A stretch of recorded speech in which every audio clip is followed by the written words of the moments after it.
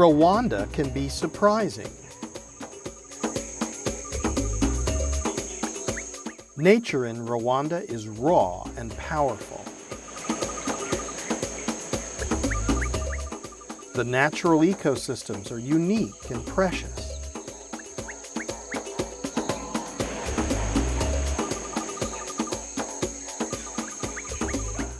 And they contain some of the rarest of animals. But one species has degraded the landscape by unsustainable farming and by the most extreme forms of conflict and turmoil. Could this story of light and shadow yet have a miraculous end? Rwanda is one of the poorest and most densely populated countries in the world, and its recent history is overshadowed by one of the most tragic events in human history. At 27,000 square kilometers, Rwanda may be a tiny country, but its ecosystems are fascinating and important. I've come to Rwanda to see what its environmental future may be. Within Nyungwe National Park, strictly protected by the government, is an amazing primary forest. Nsinge is part of a team who help conserve these hills and valleys, a functional ecosystem with some of the most astonishing biodiversity in the heart of Africa. As you can see, it's really fabulous in terms of you can see the different habitat from the canopy and the mountain. It's a wonderful attraction for tourists. One, for the beauty by looking at the physical features, mountains, and then the valley, the swamp. But also the swamp area contains a home for different species.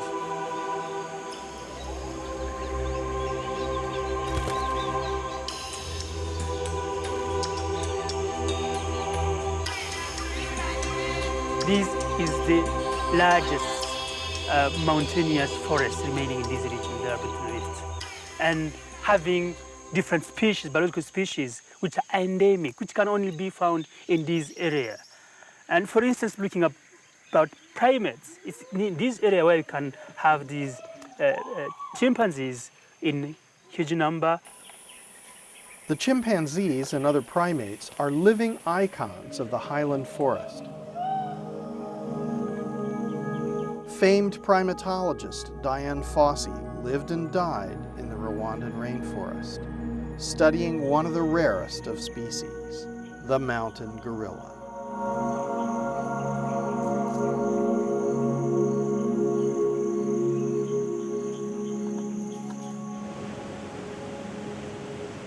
Kambogo is the chief tourism warden of this forest sanctuary.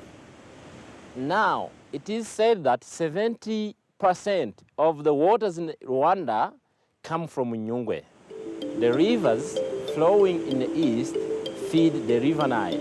Then the rivers flowing in the west feed the river Congo.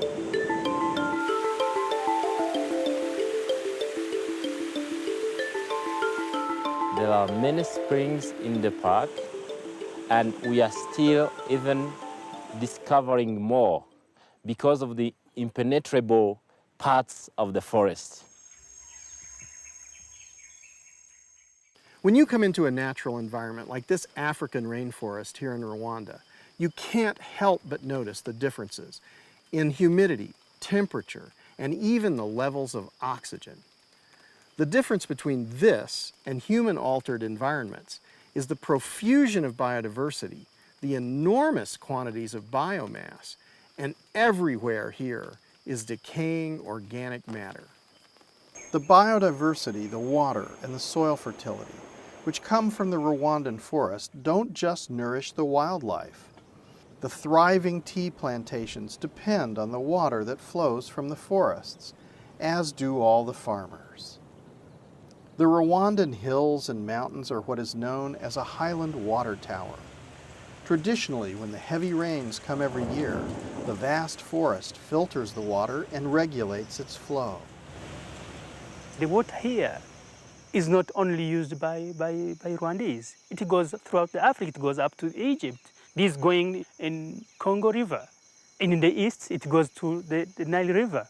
And that, no one understands that if water is going there, it is coming from somewhere. It's coming from a functional system. But if instead of conserving the forest, humans denude the vegetation and degrade the land, the water often floods, causing havoc across the region.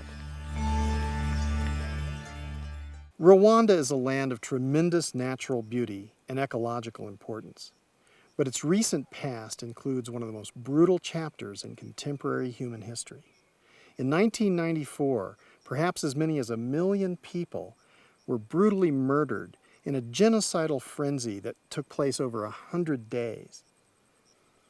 This is a lesson in the worst of human potential, and it's a lesson that can never be forgotten. It must never be repeated. This is a story of hope, but it unfolds in shadow. Estimates vary between 800,000 and 1 million people who died in this heartbreaking tragedy.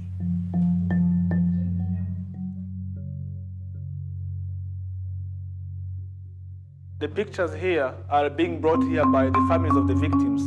Some of them who survived, they continue bringing the pictures of the victims from their family.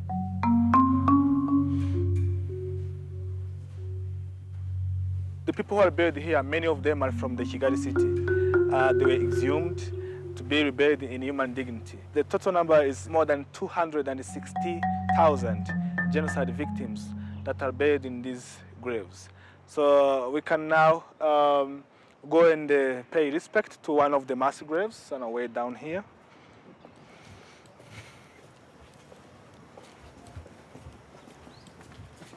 Genocide is unfortunately, part of our history. We have to live with it, but we don't want to be held prisoners of that sad aspect of our history. Genocide not only ravaged the human psyche, but scarred the land itself. In the turmoil that followed the genocide, millions of displaced people physically destroyed vast swathes of Rwanda's unprotected forests.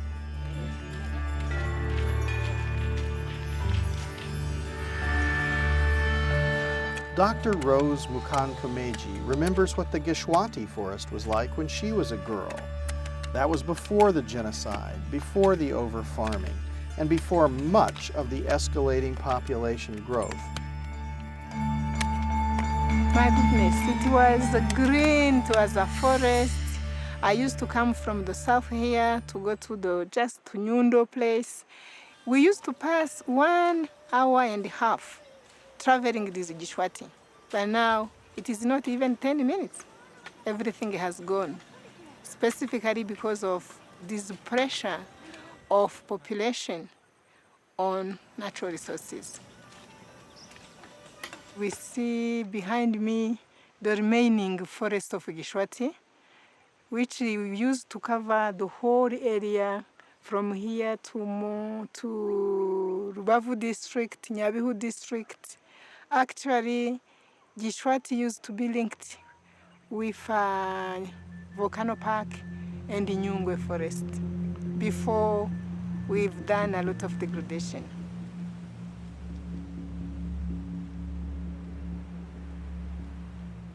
Before genocide, this forest was here, but it has been invaded as a consequence of the genocide. So genocide has taken our lives, our loved people, friends, relatives, but also it has affected the environment.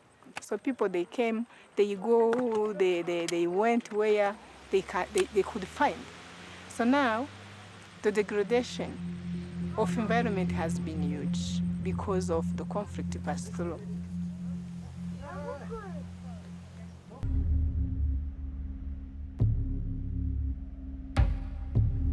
Around 2007, we started having landslide, and we've lost actually the ecological function. Now people have been moved from the other side of this Gishwati because of landslide, because it is not functioning. It is not sustainable. We are facing floods in the city of Kigali. It is just morning. We have to recover the functions. What you see here is replicated around the world. Hundreds of millions of people farm for survival and degrade fragile environments. And this is expected to get worse with climate change and population growth. The fate of these people and the fate of the environment are intimately intertwined. If this goes on for yet more decades and generations, the outcomes will become more and more dire. This is a problem begging for a solution. It is daunting for both man and nature to emerge from these shadows, but it is possible. We experienced the genocide, but at the same time, our capacity to raise from that delicate and that desperate situation actually puts us in a position where we are starting to be perceived as, I would say, an exceptional people. And how can all the Rwandans be part of that campaign?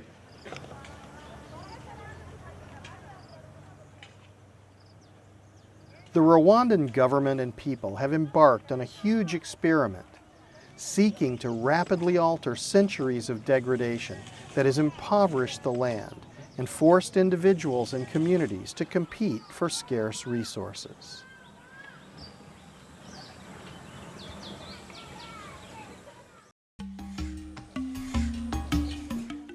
The government's plan is to transition subsistence agriculturalists to new sustainable livelihoods. And the first step on this path is the creation of new villages called umudugudu in Kenya, Rwanda.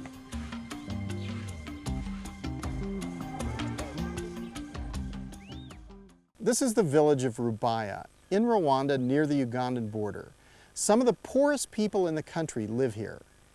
They're trying a concept to see whether it's possible to reduce poverty by actively improving the environment. Alex Mulisa works with the United Nations to help develop this experimental village. The concept is intended to bring poor families together in this umudugudu as a way of spurring economic development for this umudugudu to lift them up from poverty. The local community determined that this place was suitable for houses and they prepared the land. Then they built the houses. The people who were living along the road were told that they had to move and live here. And then they built the houses for the poor returning people. So this was brought together as an integrated environmental management and poverty reduction. And the two concepts will emerge to demonstrate that actually you can address poverty through ecosystem management, enhancing agricultural production, ensuring that there is sufficient water even in dry spells to be able to provide water for irrigation and to reduce the distance that poor women and children have to travel to look for water for domestic purposes. There are too many advantages to name them all, but we get houses, water capture and storage nearby. Before we had to carry water from far away, now it's much closer to the house. These terraces serve a number of purposes, including interventions for soil erosion. You can see that the topography here is really hilly, and as a result, when it rains, the soil, topsoil, which for the most part is higher in fertility, washes down the valleys. So the terraces are providing that intervention, but much more importantly, the terraces have proven to enhance production. A bonus for moving to the villages. Every family will now have a cow. My first wish is if they can give us a cow. I believe if we have a cow, we can get milk for the children and pay their school fees. Our lives will be better.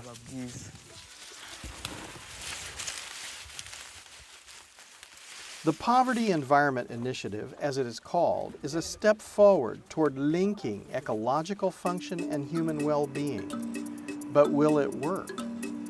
To try and find out, Alex traveled to neighboring Kenya to meet Dr. Rene Haller, a pioneer in restoring damaged ecosystems.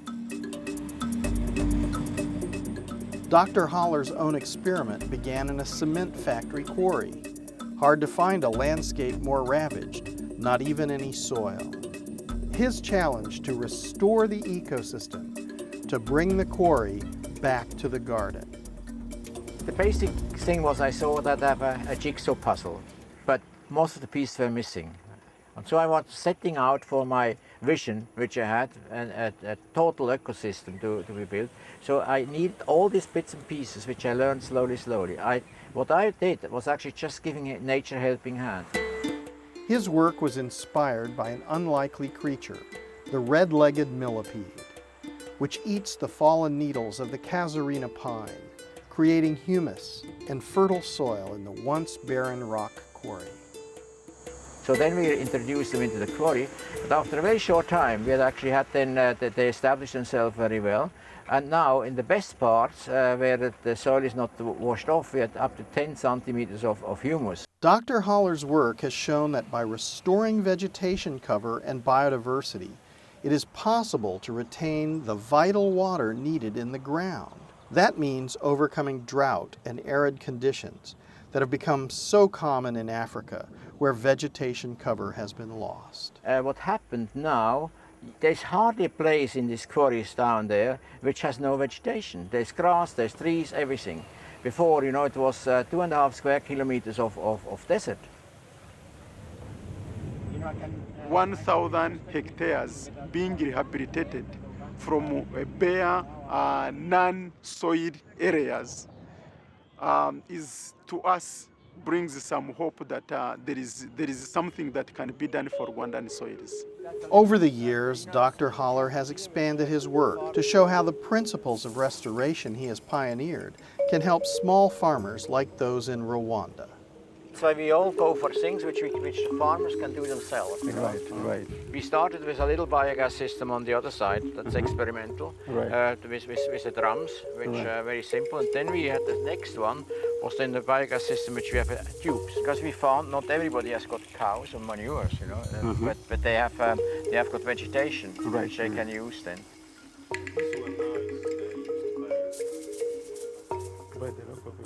And that's afterwards food for the chickens and the fish again. And the fish, exactly. So nothing goes to waste. Yeah. That's recycling at its best. Each kid in our outstations have got a tire. That's their shamba. Right. That's our fish nursery. There's actually the big fish, Right. and then the small fish they come in here, because the water from the well has to go through the fish tanks first. Right. And then what is very interesting, because the fish fecal matter is the best fertilizer you can get. The most important thing is to, as fast as possible, get vegetation to grow. And that can be again done in very adverse areas. Alex is fascinated by what he has seen. I've been involved in this program from an environmental management standpoint, but never before has it come out so clearly to me that actually large-scale ecosystem rehabilitation on a national scope is possible.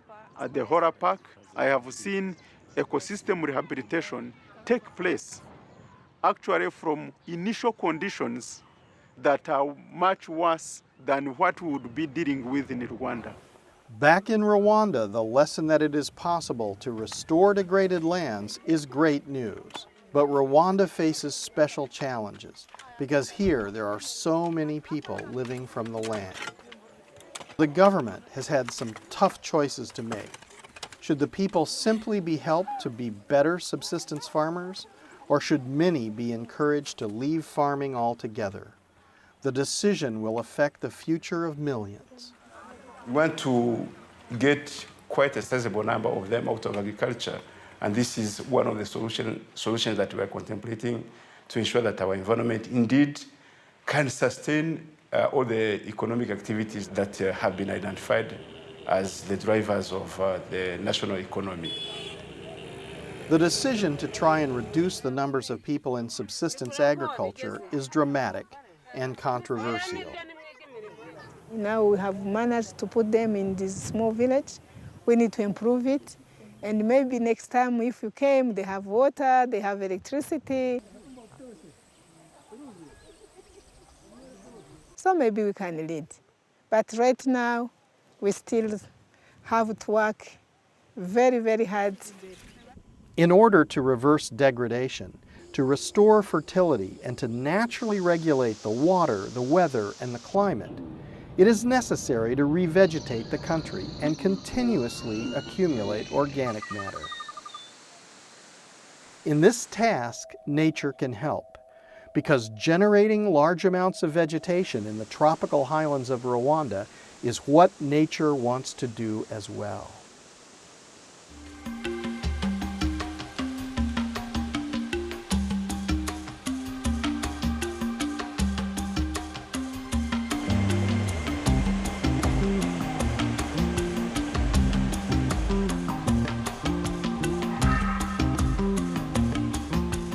One target is to make sure that we have mapped all those degraded ecosystems and starting by rehabilitating them so they can recover their functions. So I think if we manage to make sure that Gishwati is rehabilitated, maybe why not Rugezi, why not all those hills which are really empty, when we can afforest them, plant forth, we can be a leader. You can't be a leader when you only talk. All this talk about restoration is certainly good for the chimpanzees. One new fertile corridor of restored forest will connect isolated chimps in Gishwati with the larger community of chimps in Nyungwe National Park. For the chimps, a corridor of love.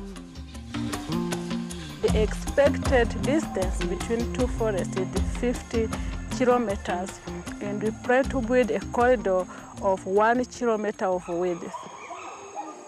Because in Nyungwe there is a large population of chimpanzees, and in Gishwati, as we have only 15, we hope that they can cross and interbreed. Before starting conserving Gishwati, people were calling this forest the forest beyond hope. Now Gishwati is called the forest of hope. This doesn't apply to Rwanda only. Indeed, in the past, people have made a lot of mistakes. The consequences the planet is facing are due to that. How do we rectify that? The only way is to ensure that any programs or any actions that are geared to achieving development have to be soundly relying on proper management of the environment. We consider that without sustainable environment, we can't develop. That's a fact. The Rwandan government has made great strides in understanding how the country can contribute to both mitigate and adapt to human-induced climate change. This has led to new policies and actions that is making Rwanda an example for many other countries with similar problems.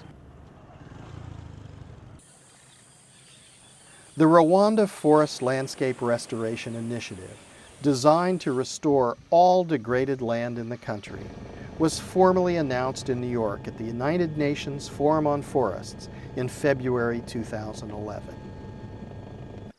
In Rwanda, the country and the people have endured an oppressive colonial past, civil war, an almost unfathomable genocide, and environmental degradation. Now, in their efforts to emerge from poverty and restore ecological function over broad areas of the country, the Rwandan people are striving to show the world what is necessary to heal the earth and the human spirit. I would like to see our kids, grandchildren, living in an environment, in a country where it is good, it is environmentally healthy, economically healthy, and having the imbalance between the two.